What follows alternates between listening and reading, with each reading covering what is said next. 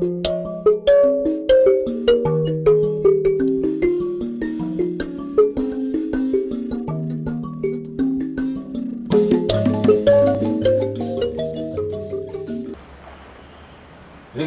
greetings to you all our patriotic viewers.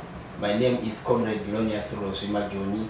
Today I welcome you to our special edition where we are discussing pertinent political matters in our country at the moment. Of particular concern today, we are discussing a very special and rather disturbing issue which happened in Warren Park yesterday. We have invited the ZANU PF Director for Information, Comrade Tafadzwa to Mugwadi, to share his insights pertaining this, disturbing occurrence. Comrade Tubo Mugwadi, I welcome you. Thank you very much. Hello, viewers and listeners. Okay, Comrade, our first question really is in regard to the incident which occurred in Warren Park yesterday. The nation is seized with the fight against COVID-19 and the world at large. Would you care to expurgate and rather share with the nation what exactly that incident meant to the nation of Zimbabwe and how it was going to impact the nation at large? Well, we are talking about the misbehavior that we saw turning out in Warren Park yesterday, involving some paid and hired hoodlums from among the rank and file of MDC. I'm not sure which factions, which faction was that one anyway. But all that I want to say is that it was a complete act of arrogance, a complete act of stupidity and ignorance, to say the least. Why would I say so? You are aware that we are in a lockdown process. Our country is seized with fighting a vicious disease called COVID-19. The whole world's focus is on that. Everyone across the whole world is focused on fighting COVID-19. But it's quite very unfortunate that at the middle of such a pandemic, you find errant individuals engaging in nefarious political activities like those. It was quite shameful. You really could not explain why the MGCs or one of those factions could be putting, residents in Warren Park constituency at risk. Why could they go to Warren Park? Why didn't they do their shenanigans at one of their offices? Why couldn't they do their shenanigans in their offices? The rest of every citizen has been, charged to observe the rules and regulations of this lockdown process as instructed by the President of the Republic. And the whole nation is being rallied to fight this serious pandemic that, has left, where a lot of nations reeling from, deaths and, serious devastating economic, social, and political effects altogether. But you find elements like within the MDC going to cause havoc in Warren Park. And they do that, risking themselves and also risking the residents in Warren Park. Why didn't they do that somewhere else where they could have been amongst themselves alone than to take risks to Warren Park? Why? Well, Comrade Mugwadi, in line with what you just shared, there are certain reports that are emerging, indicating that that act was actually employed by the opposition, by a certain faction of the opposition party, in an attempt to sway and divert attention from the ongoing, skirmishings and fights within. Certainly. There is no one who doesn't know what is obtaining at number 44 Nelson Mandela. I think we have also talked about that, with some media colleagues here, people wanting to inquire from us, whether we have discussed at length about those things. So what we saw happening yesterday is completely associated with that. One faction is trying to play out the other, one faction is trying to trounce the other, and therefore each of those factions appear to be desperately attention-seeking. They are engaged in nefarious acts of, drawing attention closer to them. You look even at the demonstration that we saw yesterday in Warren Park. Less than 13 people. And that were individuals. You could even appoint the individual and say, 1, 2, 3, 4, this is that. That was not a demonstration at all. But, it could have been something else of, some sort of an attention-seeking gimmick where people would then say, okay, because they are said to be allied to one of the factions, therefore they have to act in this manner in order to draw attention on that particular faction leader. Which is quite unfortunate because we are saying we don't care about how they engage their politics and how they try to rearrange, themselves. Because for us that doesn't matter. But what matters to us most is violating the lockdown regulations at this critical time when the world is seized with and focused on fighting against this pandemic. We are in a lockdown in order to ensure that our government can contain the spread of this disease. We are on 37 cases, at least as of today. We have recorded 4 deaths.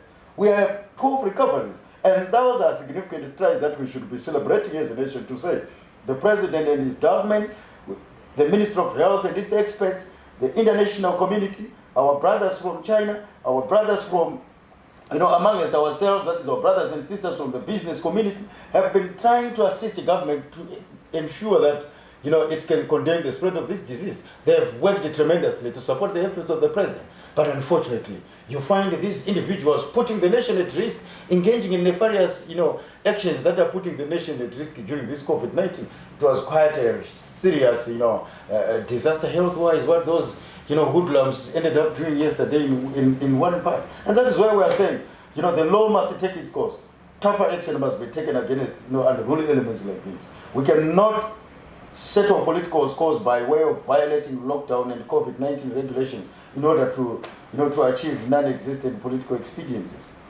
Yes, but Comrade Mugwadi, there are some reports, that are indicating that it wasn't really, a demonstration, because people are explaining that it was just a situation whereby, a few individuals like Joanna Mamombe and Obey Stole, they congregated together, took a few snapshots, and then disappeared into hibernation. And what followed then are reports of those people having been abducted, or rather arrested by the police. As a political scientist yourself, would you care, to share with the nation what exactly could be the game which is being played? This is a tired script. So the discussions about abductions in Zimbabwe are becoming a tired script altogether. This is an attempt to play out, a Gonyeti style of, I would call it a Magombe or a Gonyeti style, where you hide yourself elsewhere after committing after engaging in some acts of criminal nuisances, or after engaging in some serious acts of crime. You hide yourself elsewhere with the assistance of the United States Embassy, with the assistance of the EU, with the assistance of, some, diplomatic missions representing hostile countries in these nations. And in the process, you then start asking government about the whereabouts of those people. It's quite very stupid altogether. Why am I saying that? Who would abduct those slave queens? Those are little slave queens engaging in nefarious political activities for want of attention. But it's quite clear for anybody who has got the eyes to see that, no, these guys are somewhere else. It's clear they're somewhere else, and probably they will emerge. You will see how they will emerge themselves. They will not emerge from any police station. They will emerge from somewhere where they are hidden. Who doesn't know what Magombe did last time?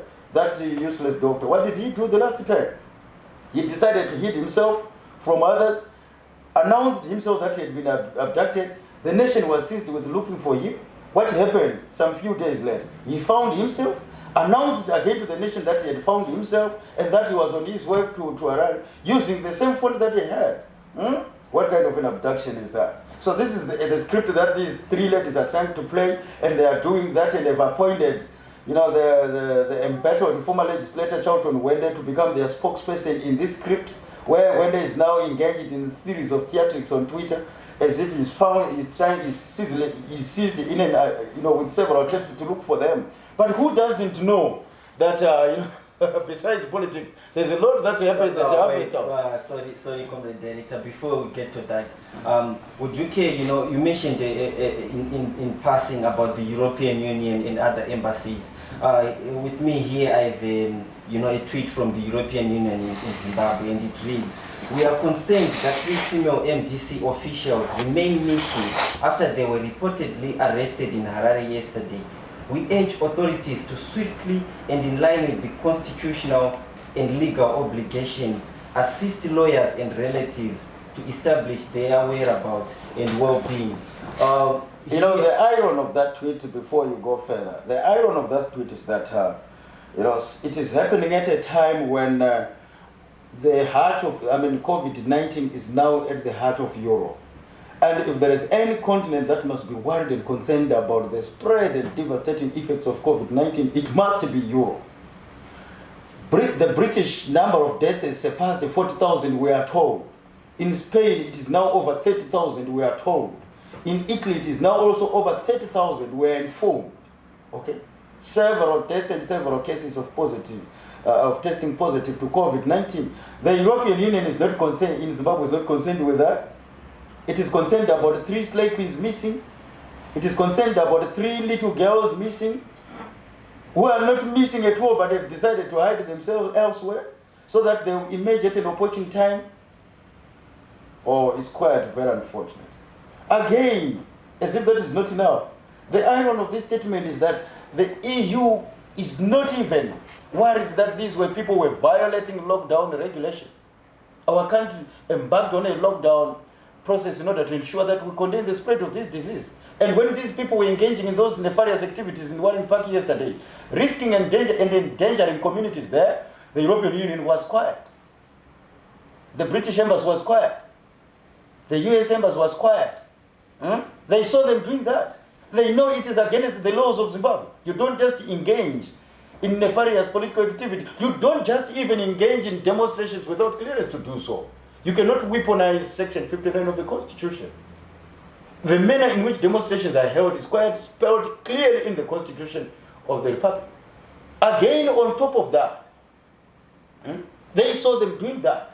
They went quiet. They would not release a statement to say government sheltered and limited movements of individuals on top of freedoms with regards to ensuring the total enforcement of the lockdown regulations and contain the spread of this disease. They would not talk about that.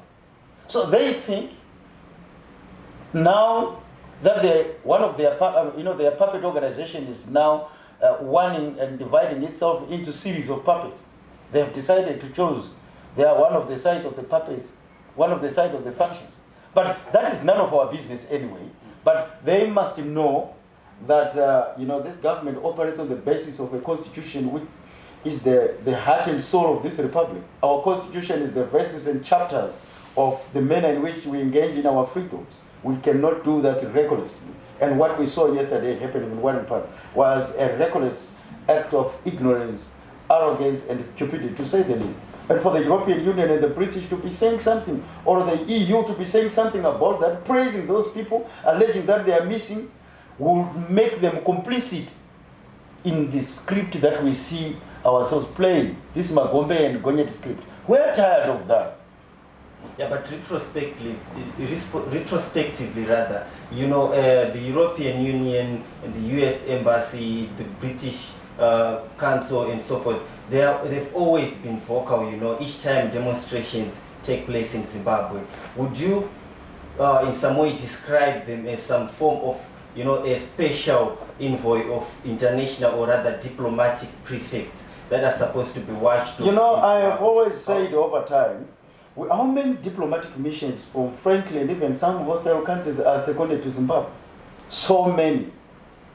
Probably almost every African country of the 54 nations that we have in this continent do have a diplomatic mission in Zimbabwe.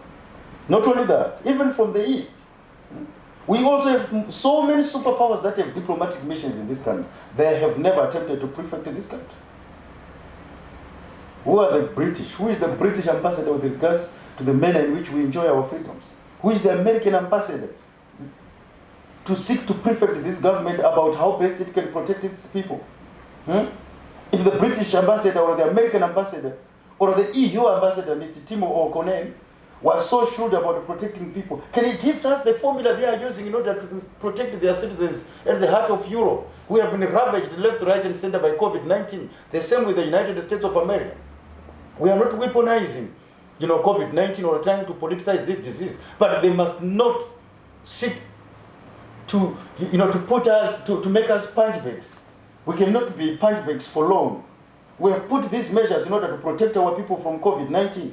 And the US Embassy tweet, the EU Embassy tweet, the British Embassy tweet is to the effect, by all intents and purposes, aimed at providing solidarity with those that are violating lockdown regulations to ensure that COVID-19 spreads in this country and then we become a case. No, we cannot allow, allow that to happen. But we know what they stand for. Harvest House, the formation of the MDC cannot be traced anywhere any further than those three institutions working with their parent countries. It is a known fact. But I think where they are going is treating in uncharted territories. The president has promulgated re-engagements and engagement as a foreign policy, strategy. But I think it is wrong for these countries to seek to undermine that guest. It does not make them feel superior. It should not make them superior, rather. And more so, it does not make them feel that we are apologetic, or that we are a second-class country before them, or that we are, salivating to engage with them. No, that's not what it is. The president has talked about a win-win situation and about restoration of diplomatic engagements at the level of parity. We are equal before. Yeah, but Comrade Mugwadi, this is not the first time really we're experiencing these episodes, rather should I call them, of abductions, such that one can even write a thick volume, novel about abductions here in Zimbabwe.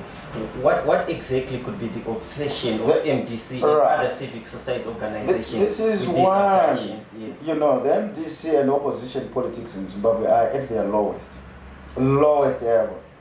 Never mind about the internal divisions happening there. Literally, in the mind of sober thinking Zimbabweans, the MDC doesn't exist anymore. So what do you do in order to resuscitate your waning political fortunes? You start engaging in drama. And they are drama queens. What do you expect from drama queens? It's drama, isn't it? And that's what they are given. You now have a group of professional abductivists. You now have a group of professional cashivists. You now have a professional group of fortune seekers. This is not what you have in the opposition.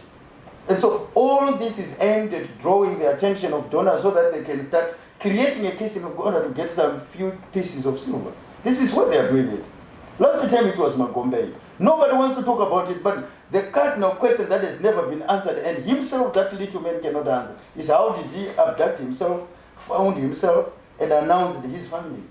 How did he do that? But you had seen the Americans and the British through their embassies, the same with the EU, writing all sorts of nonsense, engaging, in nefarious activities on social media using their accounts and those other parrot accounts that they pay to exist, to exert pressure on the government of Zimbabwe to find a person who is having quality time elsewhere. And this is what the EU and the British and the American, embassies are asking us to do. Ah, no, come on. There are a lot of people dying in America. They need their sympathies than these three slave queens. I call them slave queens because there is no room for respect anymore. But comrade, we have someone, a former legislator, and should I call him, a former Secretary General of the then MDC. I don't know, he said MDC AB, I don't know. I'm not really well versed with MDCs. But then he seems to be, engaged in a genuine search for Joanna Mamombe and the other two ladies. His name is Charlton Wende. Could this be a genuine mission? No, I don't think that's a genuine research. I think if Charlton Wende is looking for Joanna Mamombe, the way he's doing it on Twitter, I think he's looking for something from that lady than literally looking for the person. I would really want to think that way. Because even, the husband of Joanna Mamombe, whom I know personally, that's Mfundo Mlilo, is not looking Joanna Mamombe the manner in which Charlton Wende is looking for him. That is not the manner in which the husband is even looking for him. So it could be out of some form of below the belt generosities between the two that could be, forcing him to be looking for Miss Joanna Mamombe so much. But of course, ask him seriously, Mr. Charlton, when if he wants to see Joanna Mamombe, if he's really looking for him, then you know where to find him. And you will not find him anywhere so far away from amongst the hymn circles of the MDCs. You'll find them somewhere there. It's just a drama going on. Maybe somebody, you'll be worried about the manner in which, assuming you were the husband of Joanna Mamombe, and you see another man looking for your wife so viciously like that, would you love it then yourself? I would definitely. Yeah, but that's the drama you see. Yes. So that's the drama that is happening there. But you must get used to the charlatans. Moving on, our government has set, in place certain regulations that citizens should abide, regarding to the fight against COVID-19.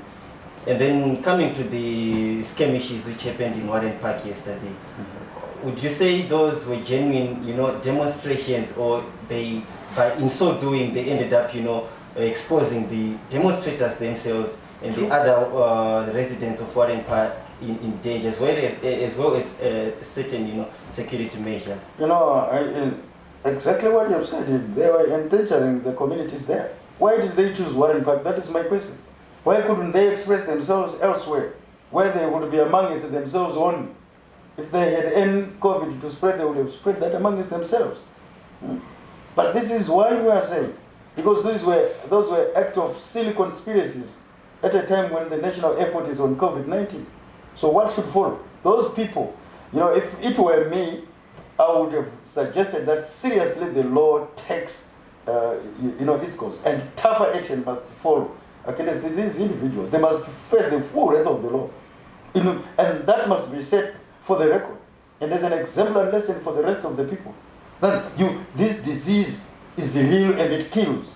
And when the president is saying, just recently indeed, you heard the president say, the reason why I put these regulations is to protect the people.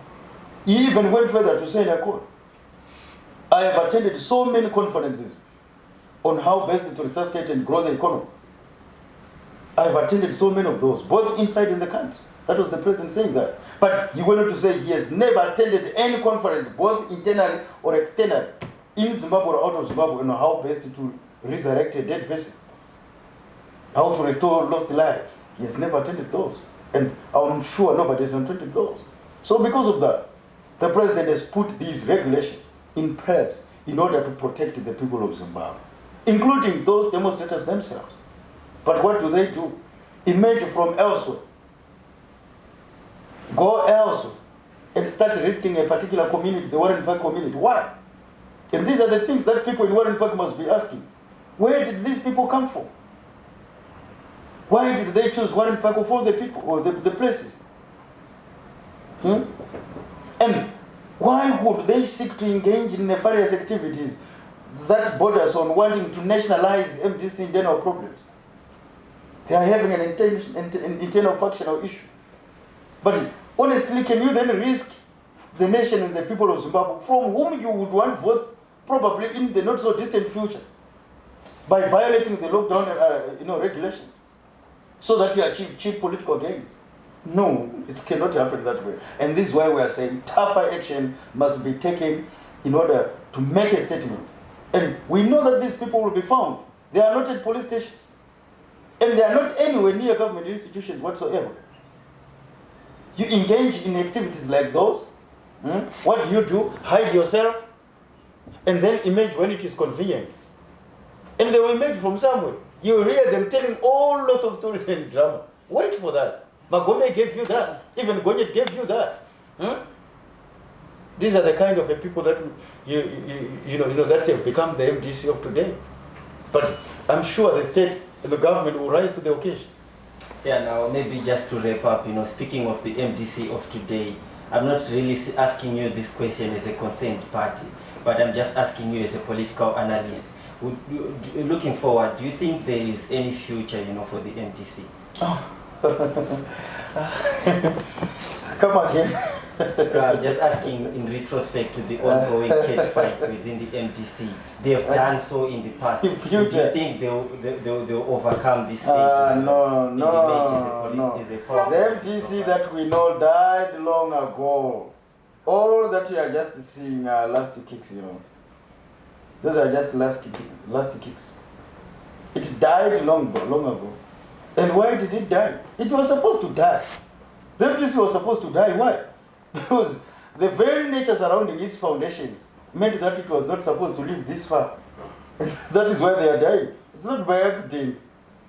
A puppet organization that was formed to stop or engage in nefarious activities that are aimed at reversing the land reform program is now aware so that the land reform program cannot be reversed anymore. And that, you know, the conclusion and fulfillment of the liberation ethos under the leadership of ZANU PF cannot be stopped. So in the face of, you know, a moving revolutionary train like ZANU PF, can you block it by hands? You can't. So because of that, let them die. And who are we to survive them? Comrade Matema Danda said last time, we don't do political consultants for the MDC or for the opposition. So just let them die. They were supposed to die. Things they are doing in our lifetime, we are enjoying the opera while we are from the terraces. But except in these circumstances, when they violate lockdown regulations, when they put the nation and communities at risk of COVID-19, yes, we have a right to say, no, this tomfoolery must just... Well, speaking of the opera, at this point of time, we are forced to cut this short, you know, and put an end to this discussion because we are also missing the action. We also need to, you know, to enjoy the theatricals within the MDC. So for now, we'll leave you, comrades, to ponder, you know, and deliberate on the views that were being shared to us by Comrade Mugwadi. So from me, Comrade Lonias Roji, goodbye for now.